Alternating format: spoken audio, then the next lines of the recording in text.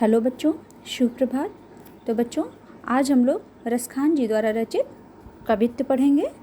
तो जो है, आइए हम लोग इसको अच्छे से पढ़ते हैं और जहाँ जो बात समझ में नहीं आएगी आप लोग पूछ लीजिएगा बिना संकोच किए। गो रज विराजे भाल लह लही बनमाल, आगे गैया पाछे ग्वाल, गामे मृदु बानिरी। तैसी धुन बांसुरी की मधुर मधुर जैसी, बंक चितवन मंद मंद मुस्कानिरी।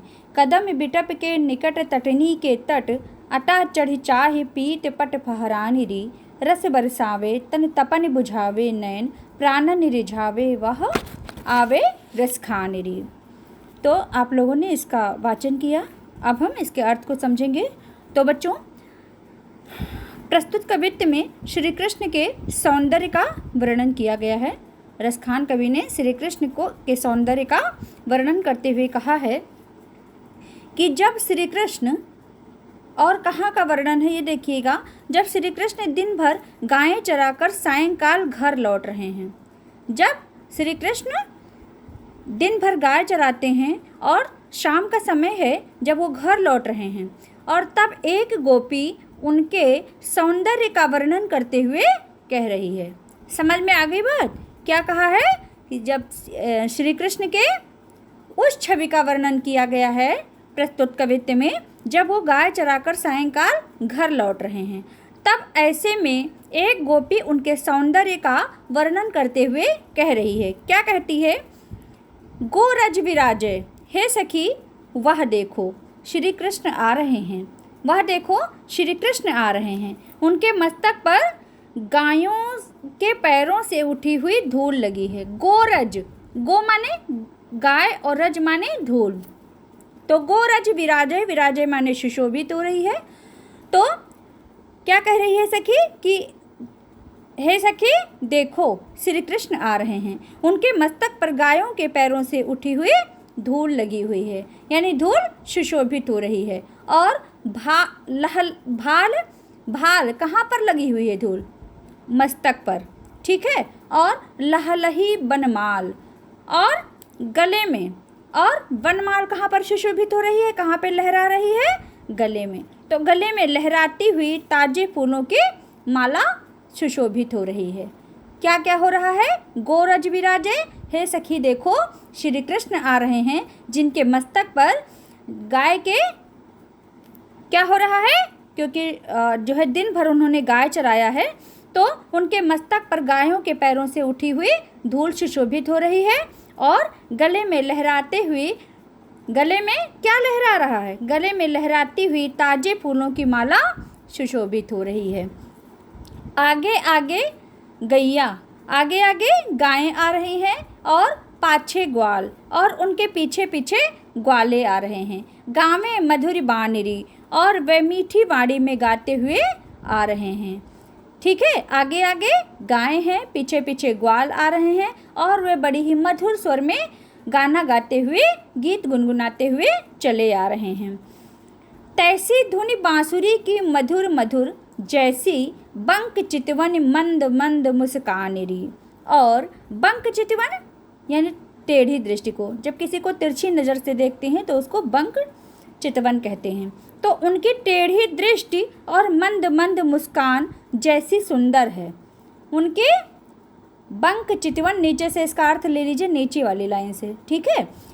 उसके बाद ऊपर जाइएगा तो अर्थ ज़्यादा अच्छे से स्पष्ट हो जाएगा। बंक चितवन मंद मंद मुस्कानिरी, तो उनकी टेढ़ी दृष्टि यानी तिरछी नज़र और मंद मंद मुस्कान जितनी सुंदर लग रही है, वैसी ही मधुर मधुर उनके बांसुरी की ध्वनि भी है। ठीक है, बंक चितवन मंद मंद मुस्कानिरी, और तैसी धुन बांसुरी की मधुर मधुर जैसी। नीचे से ऊपर की ओर इसका अर्थ ले लीजिए तो ये और अच्छे से समझ में आ जाएगी। तो रसखान कवि क्या कहते हैं कि उनकी तिरछी दृष्टि यानी टेढ़ी दृष्टि और मधुर मंद मंद मुस्कान जितनी सुंदर लग रही है, वैसी ही मधुर मधुर उनके बांसुरी की ध्वनि भी कानों को सुखद लग रही है सुनने में। अब कह रही हैं, हे सखी कदम बिटप के निकट तटिनी के तट। तटनी किसकी पर्यायवाची है? यमुना जी की। ठीक है, तो क्या कहती है? हे सखी, यमुना नदी के तट पर कदम्ब का वृक्ष है। कहाँ पर है? यमुना नदी के तट पर है। और बिटप माने वृक्ष होता है, निकट माने तट के निकट होता है, और तट किस चीज़ का है? यमुना नदी का तट है। तो यमुना नदी के तट पर कदम्ब के वृक्ष के नीचे, कदम बिटप के निकट तटिनी के तट। यमुना नदी के तट पर कदम के वृक्ष के नीचे अटा चढ़ी चाह पीत पट फहरानी रे। तो सखियां क्या कह रही हैं? सखियों से एक सखी क्या कह रही है श्री कृष्ण के सौंदर्य का वर्णन करते हुए कि कदम बिटप के निकट तटिनी के तट, यमुना नदी के तट के पास यानी उसके किनारे कदम्ब का जो वृक्ष है, ठीक है, जो कदम्ब का वृक्ष है, तो उस कदम्ब के वृक्ष के नीचे श्री कृष्ण बहुत ही सुंदर लग रहे हैं। श्री कृष्ण को बता रही हैं कि वो कहाँ स्थित हैं और किस प्रकार से उनकी शोभा है उस समय। तो कहती हैं, हे सखी, यमुना नदी के तट पर कदम्ब का जो वृक्ष लगा हुआ है उसके नीचे श्री कृष्ण अत्यधिक ही सुंदर लग रहे हैं, बहुत ही प्यारे लग रहे हैं, बहुत ही सुंदर लग रहे हैं। अब कहती हैं कि आओ, क्या कहती हैं? आओ अटा चढ़ी चाह पीत पट फहरानी रे। कहती हैं कि आओ अटारी पर चढ़कर, अटा चढ़ी, अटा माने अटारी, तो क्या कहती हैं कि आओ अटारी पर चढ़ चलें और अटारी पर चढ़कर उनके पीत पट फहराने रे। पीत माने पीले और पट माने कपड़े यानी वस्त्र। तो कहती हैं चलो अटारी पर चढ़ चलें। और अटारी किसको कहते हैं? अटारी का तत्सम आप लोगों ने देखा होगा। अटारी यानी अट्टालिका, और अट्टालिका ऊंचे ऊंचे भवनों को कहते हैं। तो कई मंजिले का जो मकान होता है उसको अट्टालिका कहते हैं। तो कहती हैं कि चलो आओ अटारी पर चढ़कर उनके पीले वस्त्रों का फहराना देखें। क्या कहती हैं? अटा चढ़ी चाह पीत पट फहरानी रे। हे सखी, चलो आओ अटारी पर चढ़कर उनके पीले वस्त्रों का फहराना देखें।